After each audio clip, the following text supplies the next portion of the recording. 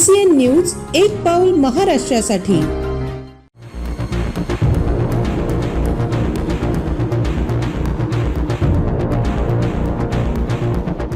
नगरपालिका निवडणूक रणधुमाळी ओनली ऑन CCN न्यूज।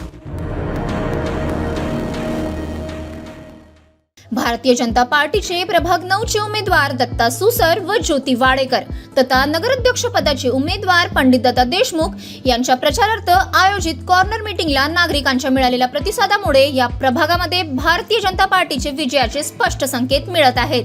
आमदार श्वेताताई महाले पाटील यांच्या नेतृत्वात संपन्न झालेल्या या कॉर्नर मीटिंगला मातृशक्तीची मोठ्या प्रमाणावर उपस्थिती होती। नगरसेवक दत्ता सुसर यांनी आपल्या मागील कार्यकाळात केलेल्या सामाजिक कार्यामुळे त्यांच्यावर मतदारांचा दृढ विश्वास आहे। त्याचबरोबर स्वर्गवासी भगवानराव वाडेकर यांनी सामाजिक क्षेत्रात केलेल्या कार्यामुळे ज्योती वाडेकर यांना देखील मोठ्या प्रमाणावर समर्थन मिळत आहे।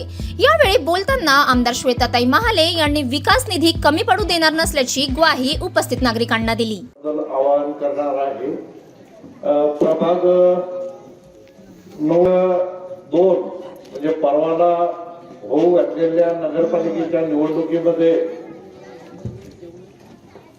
भारतीय जनता पार्टीचे जे उमेदवार दिलेले आहेत आणि नगराध्यक्ष पदाची उमेदवारी आमदार साहेबांनी मला दिलेली आहे, तर मी सर्व मतदार राजांना या ठिकाणी विनंती करतो की आपण कमळ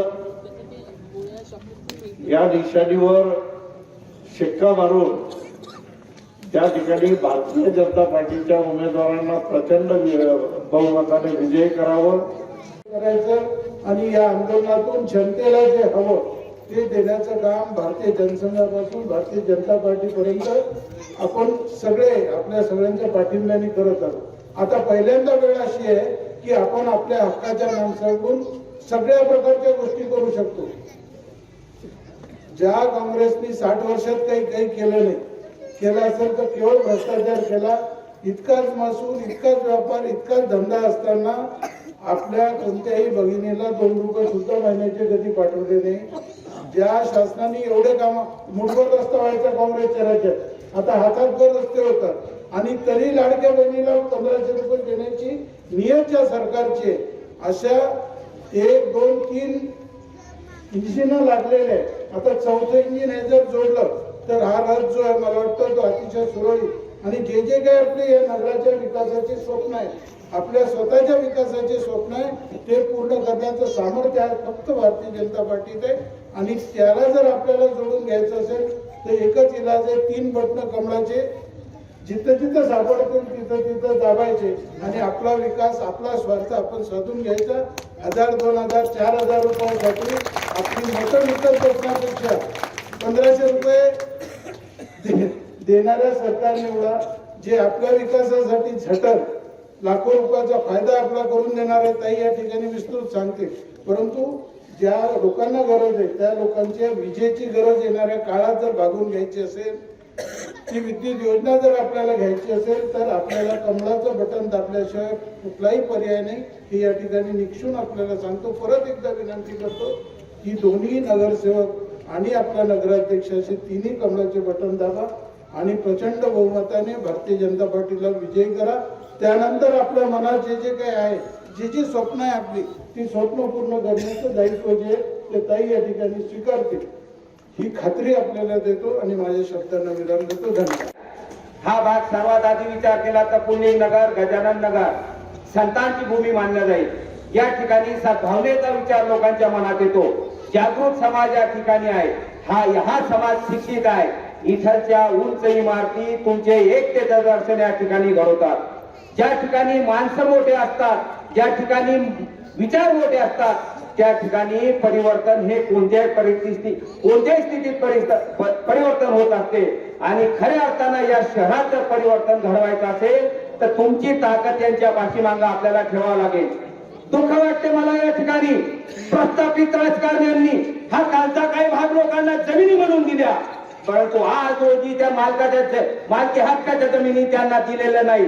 ते दुःख विसरू नका, तुम्हाला दिलेला त्रास विसरू नका, तुमच्या सोबत केलेलं षडयंत्र विसरू नका। खऱ्या अर्थानं जर तुम्हाला आता तुमची परंतु तुम्हाला आत्मचिंतनाची वेळ आता आलेली आहे. मी साथ उभा राहिलो. अरे म्हटलं बाबा आता काय सुरू आहे. एकाला म्हटलं बाबा निवडणुका रद्द होतात. म्हटलं बाबा निवडणुका कशा रद्द होतील. अहो म्हणे ईव्हीएमचा घोटाळा झाला. अरे म्हटलं बाबा ईव्हीएमचा घोटाळा कसा झाला. म्हणे राज्यात 5 नगराध्यक्ष निवडून आले आणि 100 नगरसेवक भाजपचे निवडून आले. अरे म्हटलं बाबा ते बिनविरोध निवडून आले. तिला मशीन नव्हती. हो म्हणे आम्हाला खोटं बोलण्याची सवय झाली. आश्वासन खोटे, बोलायचं खोटं, यायचं खोटं, घोषणा खोटं, यांचा सगळा पसाराच खोटा आहे. या खोट्या पसाराला बळी पडू नका. भ्रष्टाचाराच्या ताटाखाली जे वडगण लावलेले आपण ते वडगण काढल्याशिवाय तुम्ही स्वस्त बसू नका. तुमची ताकद उद्याची भविष्य घडवायची पिढी या दोघांच्या हातात आहे. मागच्या कालखंडामध्ये तुम्ही पाहिलं वाळेकर ये त्यांचा मुलगा आहे. कोणत्याही कामाला सांगा अर्ध्या रात्री तुमच्यासाठी तयार आहे. अवघ्या 5 मतांना त्यांचा पराभव झाला असता. ते शल्य तुमच्या हृदयात आहे. मला माहित आहे ते दुःख तुमच्या हृदयात आहे. त्यांना निवडून द्या. हा दत्ता एक सर्वसामान्य नगरसेवक आहे. राज्यात नाव याचा फोन करा कधी उपस्थित आहे. परंतु तुम्ही यावेळेस गांभीर्याने विचार करा. आपल्याला काय करायचं, आपण काय करणार आहे. आपला भाग समृद्ध आहे. आपला भाग एकतेत आहे. आणि खऱ्या अर्थानं जर विजयाचा जयघोष करायचा असेल तर तुम्ही यांना मतदान करा. एवढे सांगतो. जय हिंद, जय महाराष्ट्र. या ठिकाणी नगरपालिका निवडणूक आता येणाऱ्या 2 तारखेला आपलं मतदान आहे. आपण आजपर्यंत बघितलं की आपण या प्रभागामध्ये काँग्रेसचे नगरसेवक आहेत 14 वर्षापासून. त्यांना कुठलंही काम करायचं असलं, काही करायचं असलं की त्यांना आपल्याला घरी आहे की नाही बघायला जावं लागतं किंवा कुठे कोणत्या खेळामध्ये असतात त्या ठिकाणी बघायला जावं लागतं. बाकी दत्ता भाऊ असतील, मी आहे, आई आहे. आम्ही गेल्या 16 वर्षापासून माझ्याकडे कुठलंही पद नसताना दत्ता भाऊ नगरसेवक आहेत. आम्ही 2 जण खांद्याला खांदा लावून आपणा सर्वांसोबत या ठिकाणी काम करतो. कुठलेही काम असो, कुठल्याही शासकीय योजना असो, लाडके बहीण योजना असो किंवा कामगार कल्याणच्या योजना असो, सर्व आम्ही तुमच्यापर्यंत प्रत्येक घराघरापर्यंत पोहोचवलेले आहे. तसे त्यांनी जे बिलं काढले हे केलं त्यावेळेस ते भाजपमध्ये होते. आपले भारतीय जनता पार्टीचे जे उमेदवार आहेत नगराध्यक्ष पदाचे माननीय पंडितदादा देशमुख हे त्यावेळेस भारतीय जनता पार्टीचे शहराध्यक्ष होते. त्यांनी हा भ्रष्टाचार त्यांना महागात पडला आणि पंडितदादांनी त्यांना पक्षातून हकालपट्टी केली.